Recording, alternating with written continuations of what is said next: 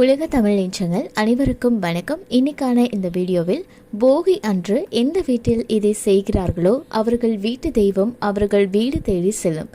என்ன செய்யணும் போகி அன்னைக்கு அப்படின்றத பற்றி பார்க்கலாம். போகி அப்படின்னு சொன்னாலே அந்த நாளை நம்ம எல்லாருமே எப்படி நினைவு கூறுவோம் அப்படின்னா பழையன கழிந்து புதியன புகுதல் அப்படின்றது தான் எல்லாருக்குமே நினைவு கூறத்தக்க ஒரு இதாக இருக்கும். ஏன்னா நம்ம வீட்டில் இருக்கக்கூடிய நம்மக்கிட்ட இருக்கக்கூடிய தேவையில்லாத விஷயங்கள், கெட்டது, பழசு, இது எல்லாத்தையுமே அந்த நாளில் எரிக்கணும் அப்படின்றது தான் நம்ம எல்லாருக்குமே ஞாபகம் வரும். ஸோ பழையவற்றை நம்ம தூக்கி எறிஞ்சிட்டு புதிதான ஒரு விஷயத்துக்குள்ளே நுழையணும்.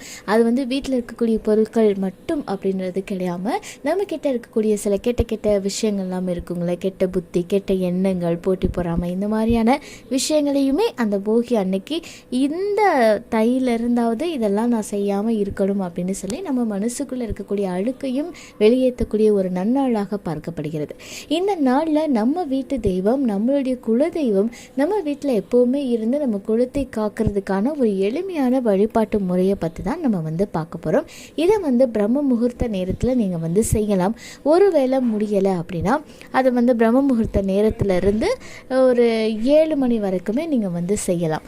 அது இல்லை அப்போ என்னால் செய்ய முடியாது அப்படின்னு நினைக்கவங்க சாயந்தரம் ஒரு 5:30 மணிக்கு மேலே 10 மணிக்குள்ளே இந்த வழிபாட்டை நீங்கள் செய்யலாம். ரொம்ப ரொம்ப எளிமையான ஒரு வழிபாடு தான். இதுக்கு ஒரு செம்பு எடுத்துக்கோங்க. பித்தளை செம்போ இல்லை செம்பால் செய்யப்பட்ட செம்போ எடுத்துக்கோங்க. இல்லை வெள்ளி செம்பு இருக்குது அப்படின்னாலும் சூப்பர், நீங்கள் எடுத்துக்கலாம். இப்போ அந்த செம்பு நிறைய சுத்தமான தண்ணி, அப்புறமா கொஞ்சம் வேப்பிலை, கொஞ்சம் துளசி இலை, கொஞ்சம் மஞ்சள், இது எல்லாமே கலந்துட்டு நம்ம செம்புக்கு எப்போவுமே மஞ்சள் குங்குமம் போட்டு இதெல்லாமே வச்சு நல்லா பூக்கள் அதுக்கு சுற்றி விட்டுருங்க. இப்போது இந்த செம்பில் தான் உங்கள் குலதெய்வம் ஆவாகனம் செய்ய போகிறாங்க அப்படின்னு அர்த்தம், சரிங்களா? இப்போ இதை நம்ம பூஜை ரூமில் வச்சுட்டு நீங்கள் உங்கள் குலதெய்வத்துக்கு எப்படி வழிபாடு செய்வீங்க, உங்கள் குலதெய்வத்துக்கு விருப்பமான பொருட்கள்லாம் வைப்பீங்க இல்லைங்களா? வெற்றிலை பூ, பழம், தேங்காய், இதெல்லாமே நம்ம எல்லாருமே வைப்போம். அதையும் தாண்டி நம்ம குலதெய்வத்துக்கு அப்படின்னு சொல்லிட்டு சிலது விருப்பமானது இருக்குது அப்படின்னா அதையும் வைக்கலாம். இளநீர், பன்னீர் இதெல்லாமே வாங்கி வச்சுடுங்க. ஏதாவது ஒரு நைவேத்தியமாக ஏதாவது ஒன்று செஞ்சுக்கோங்க. துள்ளு மாவு அப்படின்னு சொல்லுவாங்க, அந்த துள்ளு மாவுமே நீங்கள் தயார் பண்ணிக்கோங்க. இது இல்லாமல் பூஜை ரூமில் ஒரு கலசம் வச்சுருக்கோம்ல, அந்த செம்பு, அதுக்கு கீழே ஒரு வாழை இலை போட்டு எல்லாத்தையுமே நீங்கள் ஒரு படையல் மாதிரி எடுத்து வச்சுக்கோங்க.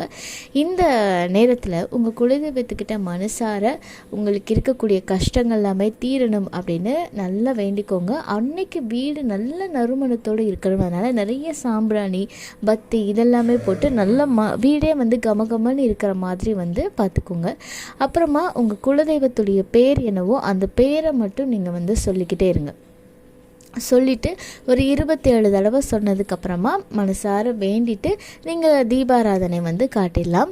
இப்போ நீங்கள் செஞ்சு வச்சுருப்பீங்களா துள்ளு மாவு, அதை வீட்டில் குழந்தைங்களுக்கு, பெண்களுக்கு, இந்த மாதிரி அக்கம் பக்கத்தில் இருக்கவங்களுக்கு இந்த மாதிரி நீங்கள் கொடுத்துட்டு உங்கள் குலதெய்வம் வீட்டுக்குள்ளே வரணும் அப்படின்னு மனசார வேண்டி எப்போவுமே எங்கள் வீட்டில் நீங்கள் துணையாக இருந்து எங்கள் குடும்பத்தை நீங்கள் காப்பாற்றிக்கிட்டே இருக்கணும், எந்த விதமான கஷ்டங்களும் எங்கள் நெருங்க விடாமல் நீங்கள் தான் துணையாக இருக்கணும் அப்படின்னு மனசார பிரார்த்தனை பண்ணீங்க அப்படின்னா அந்த தை பிறந்தால் வழி பிறக்கும் அப்படின்னு சொல்லுவாங்க இல்லைங்களா? அந்த தை மாதத்திலிருந்தே உங்களுடைய வாழ்க்கையில் நல்ல ஒரு சுபிக்ஷத்தையும் மாற்றத்தையும் உங்களால் நிச்சயமாக பார்க்க முடியும்.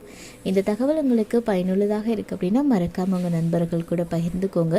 மேலும் இது போன்ற ஆன்மீக தகவல்களுக்கு என்னுடைய சேனலை நீங்கள் சப்ஸ்கிரைப் பண்ணிவிட்டு பக்கத்தில் இருக்கக்கூடிய பெல் ஐக்கானையும் ப்ரெஸ் பண்ணிக்கோங்க. நன்றி.